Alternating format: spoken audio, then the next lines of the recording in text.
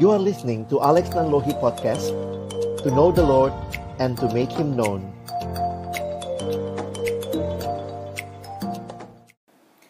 Mari Bapak Ibu sekalian, sebelum kita membaca merenungkan firman Tuhan, kita berdoa. Ya Tuhan, kami kembali bersyukur karena sungguh Engkau baik dan Engkau menyatakan kebaikan-Mu bagi kami. Kembali hari ini dalam ibadah bersama, Tuhan kumpulkan kami akan membuka firman-Mu, bukalah juga hati kami. Jadikanlah hati kami seperti tanah yang baik, supaya ketika benih firman Tuhan ditaburkan, boleh sungguh-sungguh berakar, bertumbuh, dan juga berbuah nyata dalam hidup kami. Berkatilah baik hamba-Mu yang menyampaikan, setiap kami yang mendengar, juga interaksi di antara kami. Tuhan tolonglah agar kami sekali lagi bukan hanya memahami, tetapi pada akhirnya firman-Mu itu mentransformasi hidup kami. Dalam nama Tuhan Yesus, kami menyerahkan pemberitaan firman-Mu. Amin. Shalom Bapak Ibu yang dikasihi Tuhan, kita bersyukur kesempatan ini Tuhan berikan kita beribadah sama-sama, dan juga saya menyiapkan presentasi untuk tema yang akan kita angkat hari ini. Kita akan bicara tentang kontekstualitas Alkitab ya. Bisa tolong slide-nya ditampilkan, Pak? Jadi saya coba mengajak kita untuk melihat, ini sebenarnya tema yang luas, bisa kita bahas dalam beberapa sesi, tapi saya akan coba padatkan dalam sesi ini, sehingga Bapak Ibu paling tidak bisa punya pegangan dasar untuk bagaimana melakukan pemahaman Alkitab secara menyeluruh, ya. Apakah bisa slide-nya? Baik, kalau masih sulit, saya mulai saja. Bapak Ibu, kalau kita lihat di dalam kekristenan, Alkitab memegang peranan sentral dalam hidup kita. Ya, sambil dipersiapkan slide-nya. Alkitab punya peranan sentral dalam hidup kita karena banyak hal waktu kita bicara tentang kekristenan, sumbernya dari mana? Ya dari Alkitab. Jadi bayangkan kalau kekristenan tanpa Alkitab, itu berarti bukan kekristenan sama sekali. Dari mana kita tahu Allah mengasihi kita? Ya, ada satu pujian anak sekolah minggu mengatakan, Jesus loves me, this I know. Why? For the Bible tells me so. Jadi Alkitab menjadi pegangan penting dalam hidup beriman kita. Nah, ada satu ayat dalam 2 Timotius 3 ayat 16 yang menyatakan, segala tulisan yang diilhamkan Allah memang bermanfaat untuk mengajar, untuk menyatakan kesalahan, untuk memperbaiki kelakuan, dan untuk mendidik orang dalam kebenaran. Dengan demikian, tiap-tiap manusia kepunyaan Allah diperlengkapi untuk setiap perbuatan baik. Nah, jadi Bapak Ibu, mari memperhatikan bahwa benar firman Tuhan, Alkitab itu adalah warisan yang indah yang Tuhan berikan kepada kita untuk tujuan tadi. Mengajar, menyatakan kesalahan, memperbaiki kelakuan, dan mendidik orang dalam kebenaran.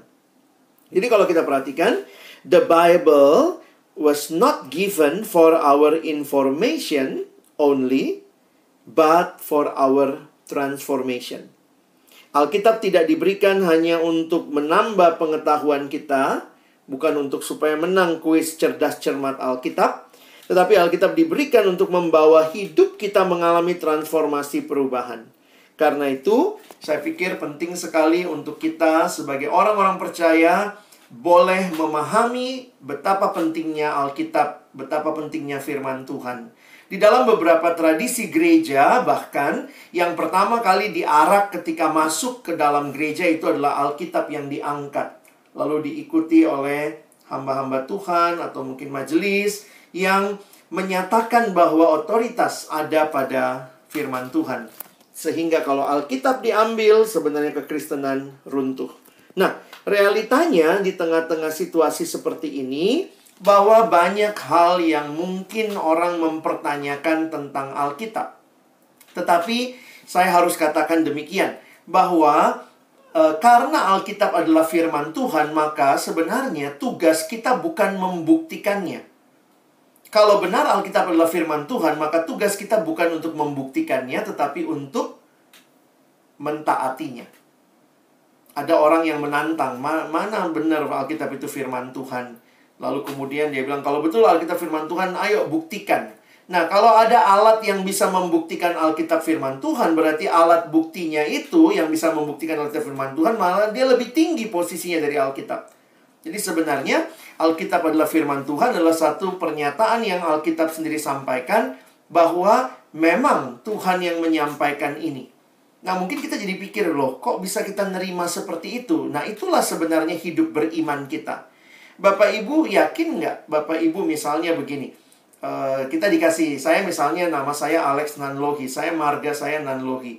Sebenarnya saya pernah nggak membuktikan benar nggak marga saya Nanlohi dari leluhur saya, punya leluhur lagi, punya leluhur lagi. Sebenarnya kan kita nerima, ya. Kita nerima karena kesaksian internal itu yang kita yakini bahwa disampaikan dengan kebenaran. Jadi tanpa kita membuktikan diri kita kok terima diri kita, ya. Ada yang marga ini, ada yang marga itu, ada yang farm ini, ada yang farm itu. Kita aja nerima keberadaan kita tanpa pernah membuktikannya, ya. Jadi sebenarnya dalam hidup beriman itu satu hal yang menjadi tantangan yang menarik. Nah, ada yang mengatakan begini, bagaimana membuktikan itu singa benar atau tidak? Ini singa asli atau singanya cuma bercandaan gitu, ya. Ada yang bilang, oh paling gampang adalah masuklah kandang singa itu. Buka pintu kandangnya, masuk kandangnya. Sesudah kamu masuk ke dalamnya, kamu akan tahu itu singa asli atau tidak. Singa yang asli tidak butuh membuktikan dirinya, karena memang dia singa. Sehingga dalam perbandingan yang sama, saya pikir ketika kita mempertanyakan betulkah Alkitab firman Tuhan, mari coba baca. Biarkan diri kita terekspos, dan disitulah kita akan tahu benar ini adalah firman Tuhan. Oke. Boleh tanya apakah slide saya bisa atau tidak, Pak?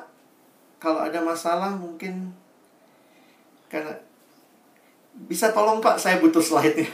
Bisa ditampilkan? Atau sudah Oh, maaf. Di saya nggak nampak, bagaimana Pak supaya kelihatan di saya, Pak? Apakah Bapak Ibu yang lain juga bisa lihat? Mungkin perlu. Nggak kelihatan, Pak. Oh, bisa? Oke. Berarti kalau di saya nggak muncul, bagaimana ya? Supaya muncul di saya atau... Oke, saya lanjut aja berarti ya. Karena beberapa contoh saya taruh di slide ya Bapak Ibu ya. Jadi saya coba lanjut aja dulu. Oke, mengapa kita menafsir? Ini pertanyaan yang seringkali ditanyakan oleh banyak orang berkaitan dengan Alkitab. Ada yang bilang begini, Alkitab ya udah cukup dibaca aja Pak, kenapa mesti ditafsir? Nah, tapi realitanya ya, jadi tolong Pak sambil saya jelaskan, saya soalnya nggak tahu di slide mana ini. Pertama saya masuk kepada sifat pembaca, ya. Sifat pembaca. Nah, Bapak Ibu mungkin bisa lihat gambar next-nya sesudah sifat pembaca.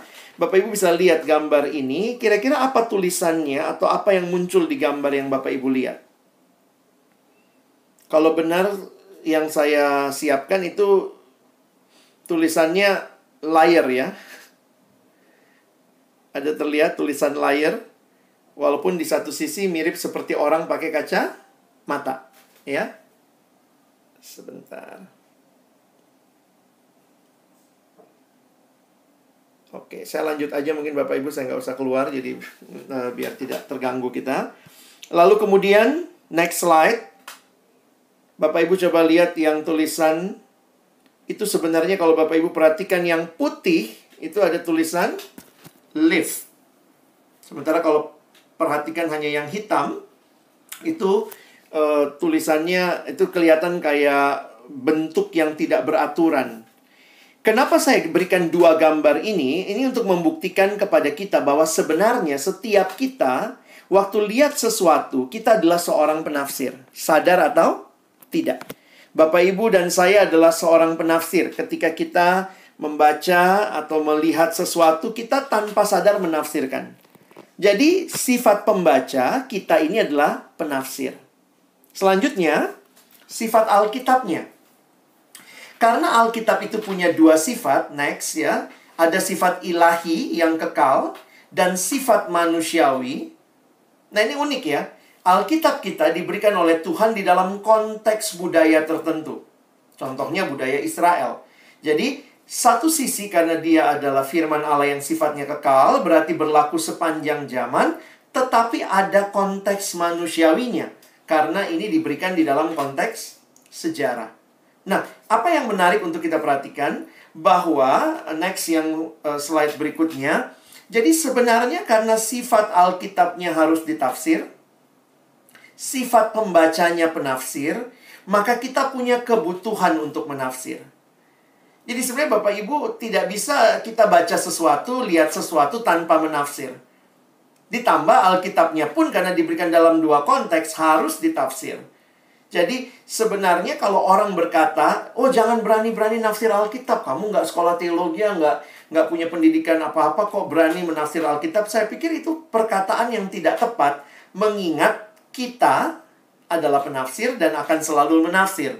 Jadi saya menuliskan dalam slide berikutnya, jadi sebenarnya jangan takut menafsir Alkitab. Jika takut salah menafsir, maka kuncinya bukanlah tidak menafsir sama sekali. Karena itu nggak mungkin, karena kita kan pasti penafsir. Tetapi kalau takut salah tafsir, maka belajarlah menafsir dengan benar. Saya ulangi ya. Belajarlah menafsir dengan benar. Jadi Bapak Ibu mesti belajar menafsir. Kenapa? Karena Alkitab itu akan relevan kalau kita memakainya dengan baik. Ada anak remaja dulu di gereja saya, pernah satu waktu dia bilang gini, Kak Alex, sekarang saya udah nggak takut tidur sendiri. Kenapa? Saya taruh Alkitab di samping saya. Jadi saya bilang, buat apa gunanya Alkitab? Ya, kalau nanti ada setan, saya, wah gitu ya. Saya bilang, Alkitab kalau digunakan dengan cara itu nggak akan relevan, karena bukan itu cara menggunakannya. Bapak Ibu bisa paham ya? Banyak orang Kristen tidak tahu menggunakan Alkitabnya. Dipikir ini jimat, ditaruh di bawah bantal. Kalau ada yang sakit, ditaruh di sampingnya. Itu bukan cara menggunakan Alkitab. Yang harus digunakan adalah baca isinya. Jadi, poinnya adalah waktu kita membaca isinya, juga ada langkah-langkah yang perlu kita lakukan untuk menafsir. Nah, next-nya Bapak Ibu bisa lihat, ada yang namanya saya tulis langkah penafsiran. Nah, lihat gambarnya sebentar. Jadi sebenarnya di dalam Alkitab itu adalah kumpulan-kumpulan kitab, atau saya sebut dengan teks. Nah, teks itu ada yang nulis, disebut author. Dan kemudian ada yang baca, disebut reader. Nah, ada original reader. Kita itu terpisah sekian ratus tahun, sekian ribu tahun bahkan dengan teks itu. Nah, Bapak Ibu bisa lihat, kita contemporary reader ya pada bingung di sebelahnya gitu ya. Nah, sehingga kalau kita melihat hal ini, kita perlu mengerti ada dua langkah utama untuk bisa menafsir. Langkah pertama, Bapak Ibu lihat dulu dari kita contemporary reader, membaca teks. Dan langkah kedua dari teks dibawa kepada contemporary reader. Ada satu istilah yang menarik yang kita bisa perhatikan adalah istilah teks. Dan ada istilah konteks. Sebenarnya kalau kita mengerti bahasa Latin, kata konteks itu artinya bersama teks. Ya? Jadi Bapak Ibu bisa lihat, mungkin slide-nya sudah pindah ke konteks. Jadi sebenarnya apa yang bersama dengan teks itu? Jadi waktu orang bilang, mesti lihat konteksnya, mesti lihat konteksnya. Apa sih yang dimaksud dengan lihat konteksnya? Mesti lihat apa saja yang bersama dengan teks itu. Kenapa? Karena next slide, meaning always lies in context. Sesuatu itu punya arti kalau ada konteksnya, ada yang bersama dengan teks itu. Nah, saya kasih contoh di situ kata APEL. Ada yang kalau ditanya, itu apa? Buah ya? Itu apa ya? Jadi sebenarnya artinya baru ketahuan setelah ada konteksnya. Ada yang bersama dengan teksnya. Kalau misalnya saya makan, itu buah, apel. Tapi kalau bilang saya ikut, itu berarti apel. Jadi Bapak Ibu, penting sekali di dalam kita mengerti konteks. Nah ya, tema kita hari ini ya. Alkitab itu ada konteksnya.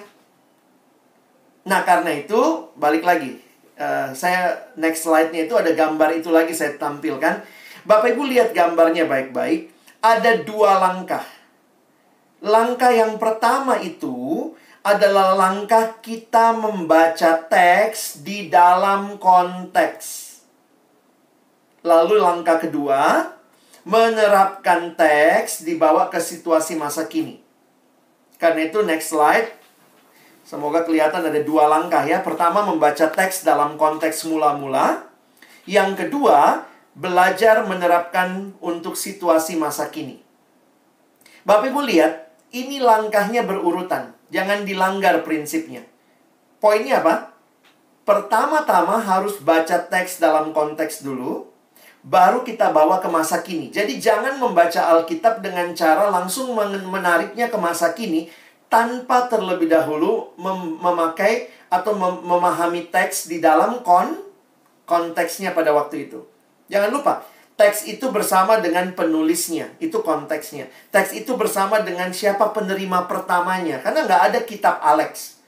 Adanya kitab Roma. Jadi Bapak Ibu mesti kenal juga jemaat Roma yang disurati itu kayak apa sih, gitu ya. Nah, itu namanya konteks. Nah, apa bahayanya kalau tidak mengikuti kedua langkah ini? Hanya langsung tarik ke langkah pertama. Kalau hanya langkah pertama, Bapak Ibu jadi Farisi. Karena firman cuma jadi banyak pengetahuan, tidak diaplikasikan dalam hidup. Tapi kalau langkah pertama dibuang, langsung langkah kedua, maka ada saya tulis tuh, next slide ya. Jangan-jangan yang terjadi bukan teologi, tapi cocokologi. Jadi banyak orang sebenarnya nggak belajar teologi, tapi yang terjadi cocokologi, ya. Nah, saya kasih contoh. Ini waktunya singkat sekali, dan saya juga nggak bisa lihat slide-nya, jadi saya hanya coba membagikan secara cepat saja. Kita masuk ke langkah pertama. Kenapa langkah pertama itu penting? Yaitu membaca teks di dalam konteks mula-mula. Bapak Ibu, ada beberapa konteks yang penting. Next, konteks sastra. Kita mesti ingat, Alkitab kita tidak diberikan dalam bentuk MP3, audio, podcast. Alkitab kita diberikan dalam bentuk tulisan. Karena itu, ingat, teks tulisan punya keunikan. Contohnya, kalau kita mengerti konteks, maka mau tidak mau kita bisa coba bandingkan. Karena ada beberapa terjemahan Alkitab. Ada yang bilang orang Kristen banyak banget terjemahan Alkitabnya. Kenapa sih banyak? Itu bukan berarti banyak arti. Tetapi sebenarnya masalah penerjemahan itu nggak mudah Bapak Ibu. Contoh kata love. Bahasa Inggris ke Indonesia diterjemahkan love, cinta, kasih. Tapi dalam bahasa asli Alkitab Perjanjian Baru misalnya kata Yunani atau bahasa Yunani, untuk love aja ada philia, ada storge, ada agape. Nah, itu yang membuat akhirnya beberapa terjemahan dengan segala upaya mencoba memberikan pemahaman bagi kita. Nah, karena itu Bapak Ibu, salah satu caranya mengerti konteks sastra, coba bandingkan dengan terjemahan lain. Nah, saya kasih contoh nih ya. Di dalam slide berikutnya ada 1 Yohanes 3 ayat 9. Ayatnya dalam bahasa Indonesia, terjemahan LAI, TB itu terjemahan baru. Setiap orang yang lahir dari Allah tidak berbuat dosa lagi. Sebab benih ilahi tetap ada di dalam dia dan ia tidak dapat berbuat dosa karena ia lahir dari Allah. Bapak Ibu mungkin kaget baca ayatnya. Oh, emang kalau kita udah percaya nggak mungkin berbuat dosa. Buktinya saya masih bisa jatuh dalam dosa. Tapi ternyata ini ada kekurang utuhan penerjemahan. Karena apa? Karena memang sekali lagi nggak mudah menerjemahkan. Sehingga kalau Bapak Ibu perhatikan Alkitab bahasa Inggris misalnya NIV, New International Version, menerjemahkannya lebih akurat. No one who is born of God will continue to sin. Jadi ternyata tenses, jadi begini. Bahasa Indonesia itu tenses kita ya sedikit banget. Dulu, sekarang, besok. Ya, Inggris juga kan sebenarnya basicnya itu past, present, future.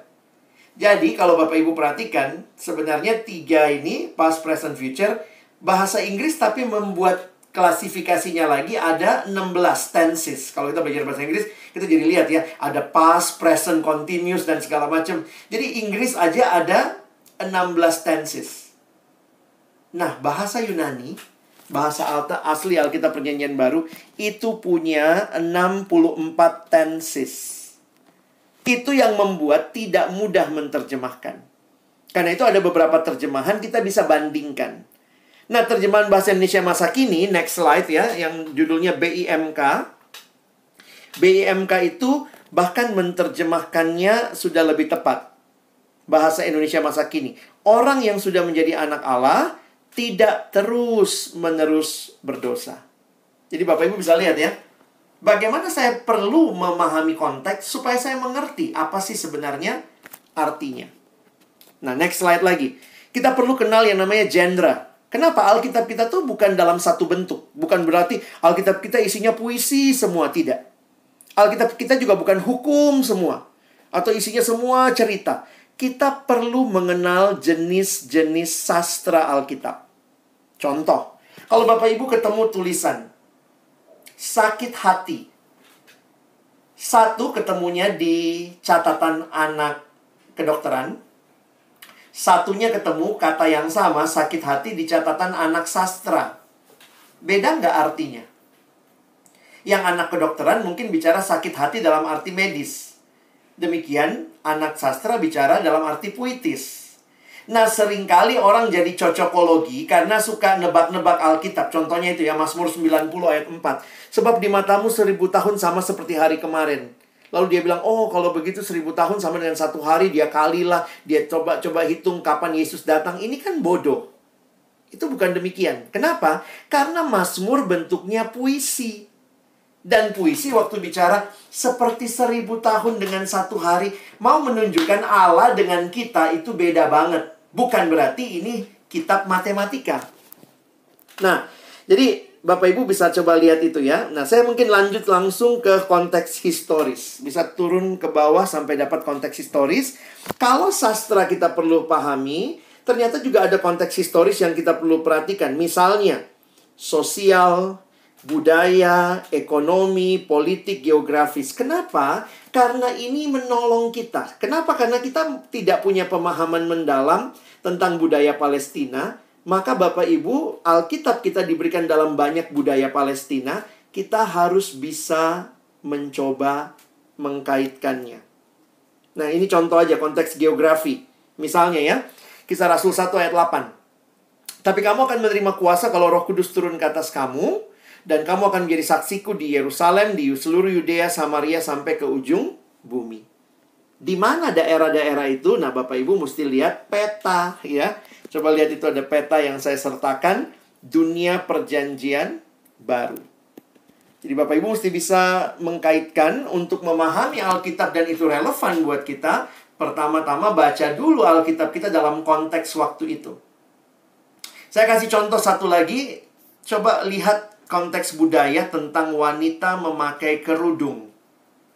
Wanita memakai kerudung ada di slide berikutnya. Bapak Ibu nanti bisa tolong lihat aja. Di sini dituliskan begini. Tetapi tiap-tiap perempuan yang berdoa atau bernubuat dengan kepala tidak bertudung menghina kepalanya. Sebab ia sama dengan perempuan yang dicukur rambutnya. Sebab jika perempuan tidak mau menudungi kepalanya, maka haruslah ia juga menggunting rambutnya. Tetapi jika bagi perempuan adalah penghinaan bahwa rambutnya digunting atau dicukur, maka haruslah ia menudungi kepalanya. Loh, ini ada masalah apa nih tudung-menudung? Berarti benar dong saudara-saudara sepupu kita yang pakai penutup kepala. Pada masa itu, pada masa Paulus menyampaikan firman ini, ada konteks. Konteks apa? Budaya. Yang budaya kita sama budaya Paulus sudah beda. Contohnya, pada masa itu ternyata daya tarik seksual perempuan yang utama itu rambut. Makanya pada masa itu berkaitan dengan rambut, perempuan jangan mengurai rambut. Jadi waktu saya pelajari konteks budayanya, oh ternyata pada masa itu perempuan yang terhormat itu menutup kepalanya. Sementara perempuan-perempuan yang mengurai rambutnya itu adalah mungkin pada waktu itu adalah pelacur. Makanya masih ingat ada perempuan yang mengurai rambutnya lalu menyeka kaki Yesus. Itu dia benar-benar mempermalukan dirinya dengan mengurai rambutnya di depan umum. Karena itu bukan hal yang biasa. Karena itu Paulus dalam ibadah dia mengatakan perempuan tutup kepalanya. Nah sekarang bagaimana dengan kita? Nah kita mesti lihat nih. Jangan langsung kita bawa konteksnya. Nanti kalau kita langsung bawa konteksnya, yang terjadi adalah kita memindahkan budaya Timur Tengah kepada budaya kita. Kita mesti lihat bahwa ternyata ada konteks budaya yang berbeda. Tapi prinsipnya sama. Prinsipnya apa? Ibadahlah dengan sopan. Kalau dulu daya tarik seksual adalah rambut, maka itu ditutup. Apa daya tarik seksual di zaman kita? Nah, mungkin jangan pakai baju ketat-ketat ke gereja. Waktu ibadah ya jangan pakai baju yang mengumbar nafsu atau membuat orang. Tapi prinsipnya yang mesti kita ambil bukan budayanya. Karena budaya bisa jadi berbeda-beda. Jadi kira-kira begitu ya. Nah, sekarang saya lanjut langsung kepada langkah terakhir, langkah kedua. Coba tolong terus turun ke bawah. Poin kedua adalah langkah menerapkan untuk situasi masa kini. Jadi kalau Bapak Ibu pertama kali sudah baca teks dalam konteks, bagaimana membuatnya relevan dengan hidup kita? Maka perhatikan bagaimana teks itu harus dikaitkan dengan situasi masa kini. Maka ada dua prinsip. Coba lihat prinsipnya ya. Prinsipnya begini. Jika situasi dulu sama sekarang sama, sebanding, yang berlaku itu teksnya. Tapi kalau situasinya tidak sebanding, yang berlaku itu bukan teksnya, tapi prinsip teksnya. Coba bisa dikeluarkan yang ada gambar Alkitab di tengahnya. Jadi untuk situasi masa kini, biar kita nggak cocokologi, tapi benar-benar bisa bertanggung jawab dengan penafsiran Alkitab, maka mesti lihat. Kalau situasinya sebanding, dulu sama sekarang sama nih situasinya, Pak. Maka yang berlaku adalah teksnya. Tapi kalau situasinya tidak sebanding, dulu budayanya beda sama kita sekarang, maka dalam pergumulan kita mesti melihat yang berlaku adalah prinsip teksnya. Saya kasih contoh sebagai bagian penutup. Coba Bapak Ibu lihat contoh Matius 22 itu. Ini masalah teks atau prinsip teks. Kasihilah Tuhan Allahmu, lalu di bawahnya, kasihilah sesamamu. Dari dulu zaman Yesus sampai zaman kita sekarang, sama nggak situasinya untuk mengasihi? Ya sama. Makanya yang berlaku adalah teksnya. Itu teksnya. Kasihilah Tuhan Allahmu. Oke? Tapi coba lihat ayat berikut ini. Ada ayatnya loh Bapak Ibu ya. 1 Timotius 2 ayat 9. Demikian juga hendaknya perempuan. Hendaklah ia berdandan dengan pantas, dengan sopan dan sederhana. Rambut jangan berkepang-kepang. Jangan memakai emas atau mutiara ataupun pakaian yang mahal-mahal. Saya mau tanya, ini yang berlaku teksnya. Kalau teksnya Bapak Ibu, khususnya ibu-ibu ya, nggak boleh kepang-kepang. Anak-anak perempuan semua nggak boleh. Tutup. Karena ada teksnya.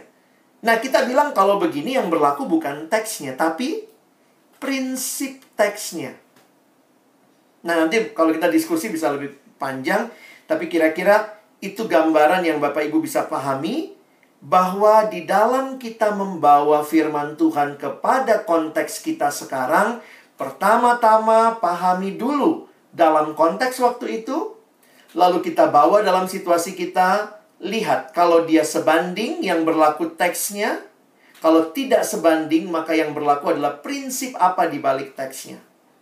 Nah, kiranya dengan pemahaman sederhana ini, Bapak Ibu tetap bisa menikmati bagaimana firman Tuhan membangun hidup kita sampai hari ini. Di bawah saya masih tulis tuh masalah makanan halal sama haram. Kan nggak boleh makan babi. Loh ada ayatnya, nggak boleh yang berkuku belah dan segala macam. Kenapa kita makan sekarang? Karena yang kita ambil bukan teksnya, tapi prinsip teksnya, ayatnya teksnya jelas, nggak boleh makan. Tapi kita bilang ya bukan teksnya karena budayanya sudah berbeda. Apalagi Yesus bilang bukan apa yang masuk ke dalam mulut yang menajiskan, tapi apa yang keluar dari mulut.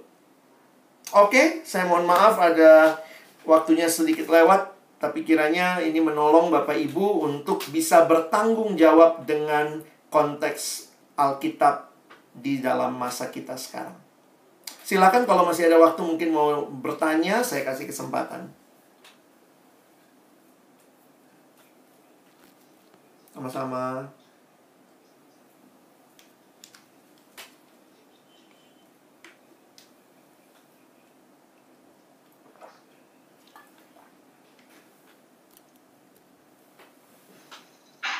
Andre. Ya, silakan Pak. Ya. Shalom. Shalom, Pak. Pak Alex, terima kasih kesempatan yang berikan. Kalau tadi saya menyimak dari penjelasan dari Pak Alex mengenai firman Tuhan itu yang ada kaitannya dengan budaya pada saat Alkitab itu ditulis atau dibuat dengan keadaan sekarang ini. Jadi kalau yang mungkin yang jadi pertanyaan saya adalah berarti budaya itu akan mempengaruhi konteks daripada apa yang sudah ditulis sebelumnya. Apakah benar dengan demikian gitu Pak Alex? Iya, Pak. Ini adalah konsekuensi karena Alkitab kita diberikan dalam budaya. Bisa Pak diterima? Oke. Tadi Baik. pertanyaan saya. Makasih, Pak. Saya ulangi lagi, Pak, ya. Saya masih tahu, boleh diulang lagi Pak Alex. Ya. Jadi, ini adalah konsekuensi karena Alkitab kita diberikan dalam konteks budaya. Tuhan memberikan dalam budaya tertentu, jadi kita pun harus belajar mengerti budayanya untuk kita bisa membedakan yang mana yang berlaku teksnya, yang mana yang berlaku prinsip teksnya. Contoh, kalau kita mau bicara teks, ada tuh harus sunat pada hari ke-8 untuk orang Israel. Terus kita kan suka bilang, kita ini Israel rohani, Israel masa kini. Kok kita nggak taat sama teksnya? Teksnya kan bilang harus disunat hari ke-8. Nah, kita misalnya tidak melakukan itu karena kita melihat yang berlaku buat kita di dalam Kristus, perjanjian baru bukan teksnya, tetapi prinsip teksnya. Nah, tapi karena itu Bapak Ibu mesti pertama-tama melihat selalu ada budaya yang terkait dengan apa yang Tuhan sampaikan di dalam perjanjian lama, perjanjian baru. Karena itu kita mesti kenali budayanya. Nah, inilah pentingnya ya kami hamba Tuhan dididik untuk mengerti teks dalam konteks supaya bisa mengkhotbahkan dengan tepat kepada jemaat. Nah, bagaimana dengan Bapak Ibu jemaat? Kita bisa juga belajar untuk menafsir dengan benar. Jadi selalu muncul di pikiran kita, kira-kira konteks awalnya kayak apa ya? Sampai kenapa teksnya seperti ini? Kira-kira begitu, Pak. Oke, baik Pak Alex, banyak terima kasih penjelasannya. Ini yang jadi agak sulit diterima mungkin beberapa orang ataupun sebagian orang karena pada umumnya orang memakai teologi saat ini ataupun tidak membandingkan dengan tidak memahami secara baik dengan karena budaya penulisan pada saat itu budayanya seperti apa dan budaya seperti mungkin ini yang lebih sulit pada kita umpamanya untuk bisa berbincang-bincang tentang firman Tuhan itu di masa sekarang aplikasinya kok berbeda dengan yang sebelumnya gitu. Sebenarnya sama kayak kita baca buku yang zaman dulu misalnya Pak. Tentu kan tidak semuanya sama dengan konteks kita. Kalau kepada buku-buku umum kita lakukan hal yang sama, misalnya ada buku tentang perbudakan. Maka orang yang berkulit berwarna harus jadi budak. Misalnya kita dapat buku itu. Tapi kita tidak membacanya dengan kacamata pada waktu itu. Pada waktu itu perbudakan legal, sekarang tidak. Jadi sebenarnya perlakukanlah Alkitab juga dalam pemahaman yang sama dan tentunya di situ menolong kita untuk belajar rendah hati. Coba lihat tafsiran kita, benar apa tidak. Karena kalau tidak, yang terjadi bisa begini. Semua budaya Timur Tengah kita pindahin ke sini. Karena yang kita ambil budayanya. Karena itu kita mesti lihat benar-benar yang mana isinya, yang mana bungkusnya. Nah, disitulah sebenarnya memang tugas orang percaya. Kita dikasih hikmat untuk sebenarnya bisa membedakan itu. Yaitu tugas kami juga Pak, hamba-hamba Tuhan untuk menolong jemaat. Makanya banyak hamba Tuhan kalau dia tidak belajar sungguh-sungguh, nanti yang dia bawa adalah teks yang out of context. Misalnya tiba-tiba nih ada gereja yang mewajibkan semua yang ada di dalam gerejanya memakai kerudung buat yang perempuan. Kenapa? Dia ambil teksnya. Ada lagi gereja yang Jadi sekarang saya harus katakan kadang-kadang banyak gereja yang muncul agak aneh karena masalah ini. Tidak tepat menaruh teks di dalam konteks saat ini. Karena yang dia ambil, kan ada kalimatnya begitu. Maka mesti seperti itu misalnya. Ada juga yang pakai bentuk ruang ibadahnya dia bagi seperti kemah suci Israel. Ada pelataran, ada ruang kudus, ada ruang maha kudus. Nah, sebenarnya apakah, karena dia bilang ada ayatnya. Benar ada ayatnya, tapi kita nggak pakai lagi. Jadi sebenarnya secara logika, dengan pemahaman dituntun oleh firman dan penafsiran yang benar, kita bisa melihat yang mana yang perlu kita lakukan, yang mana tidak kita lakukan lagi. Kira-kira begitu, Pak. Baik, Pak Alex. Terima kasih banyak. Sama-sama, Pak. Penjelasannya.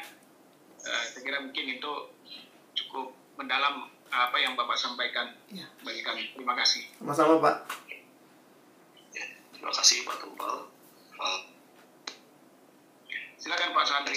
Ya, pertanyaan kita masih punya waktu, Bapak Ibu silakan. Ya, baik, terima kasih Pak Tumpal. Ya, saya persilakan Bapak Ibu kalau mau isi pertanyaan. Menanya. Ya, silakan Pak. Silakan, Pak. Pak Alex, mau tanya Pak, sekarang ini kan banyak sekali terjemahan Alkitab ya. Iya. Untuk yang bahasa Indonesia aja ada terjemahan baru, ada terjemahan Indonesia masa kini dan sebagainya. Betul.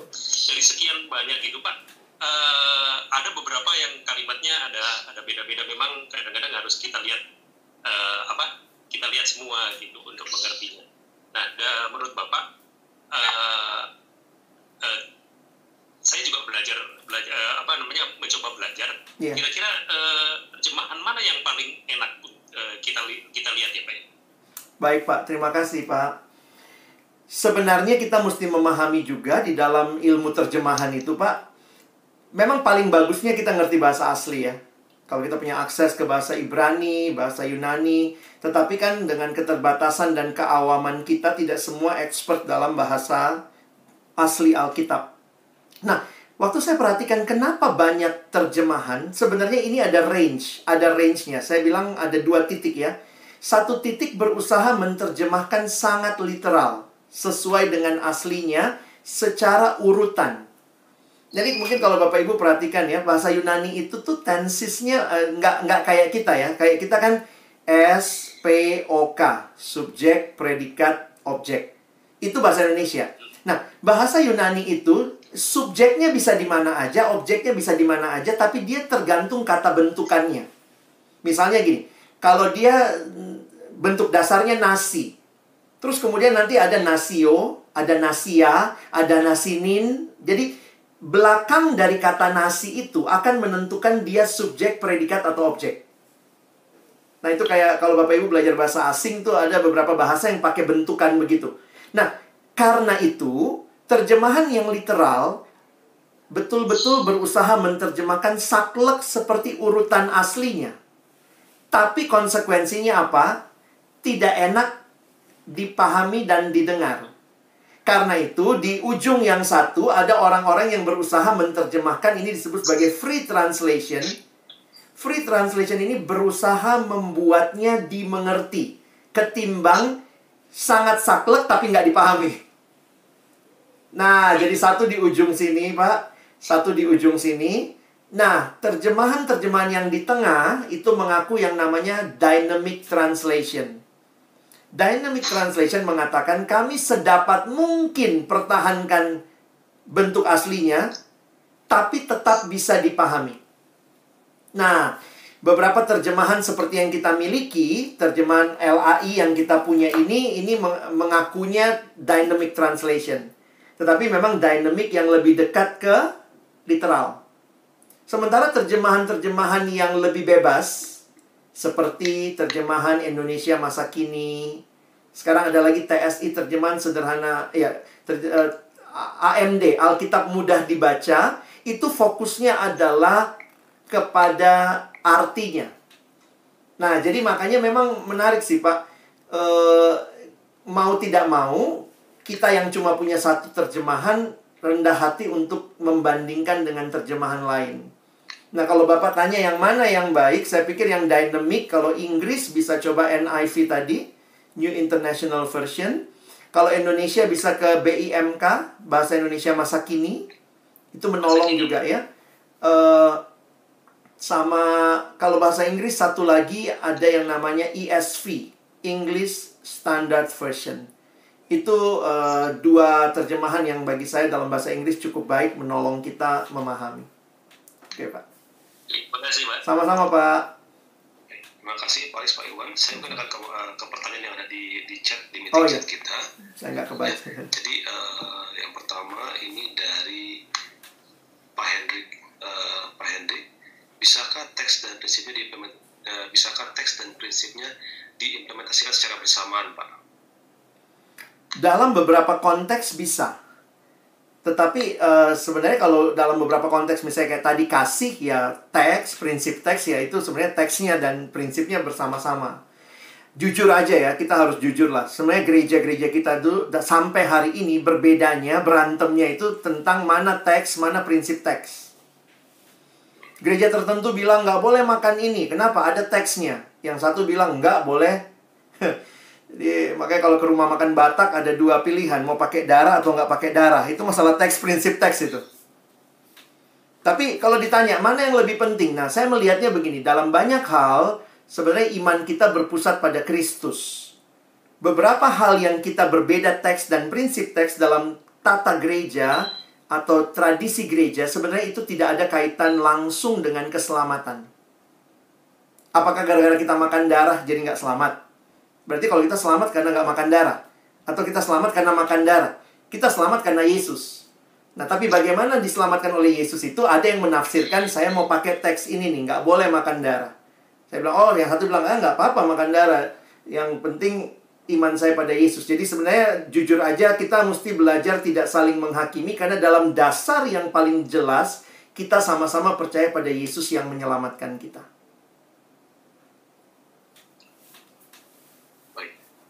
Terima kasih Pak Alex. Sama-sama Pak.